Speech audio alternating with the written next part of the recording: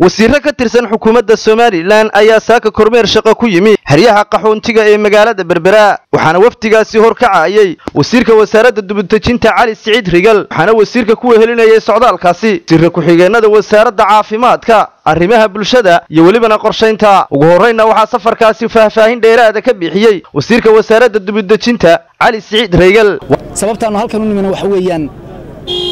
inaanu eegno oo indha-indhayno oo u kurgallo xaaladda dadka qaxootiga ah ee halkan jooga ee u dhashay dalka Soomaaliya si aanu ogaano waxay ku nool yihiin iyo hawshooda ayaanu nimi waxaana nooga muuqda nolol wanaagsan iyo arrin wanaagsan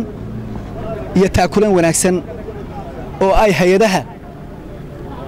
iyo madaxda gobolka iyo degmaduba la barbar taagan yihiin waxa kale noo muuqda in gaadiid fara badani u taagan yahay dadkuna ay kayuu ku jiraan oo loo qaybinayo sidii ay u bixi lahaayeen iyo systemka ku bixi lahaayeen cid walbana loo geyn lahaa gurigoodii iyo halkii markii hore original ay ka yimaadeen ee Soomaaliya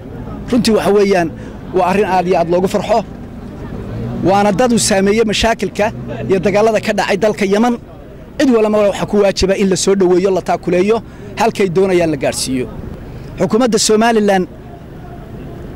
go'aanka waxay ku joojisay dadka Soomaaliya ee ka imanaya Yemen ee qaxootiga oo kaliya sababta ay u joojisay mayna oran waligeed way sii soconaysaa wax kale oo ay waqti ay sheegtay ma jiro go'aan buu ahaa ay xukuumaddu qaadatay sababta loo qaatay ee loo joojiyana maaha xumaan loo qabo waa dad aan walaalnahay ayaguna dhankooda cabasho ka muujiyay qaabka loo maamulay dadkii iyagu xeryahaasi qaxoontiga ku sugnaa maxay markaa bal cadee waxa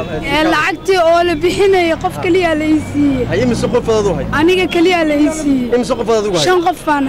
kaliya ba markaa lagu siiyay lacagtiisa hay'adda bixitaanka odayga ma kula socdaa odayga waa baxay hal qof baa laga siiyay afarta kale ma qornay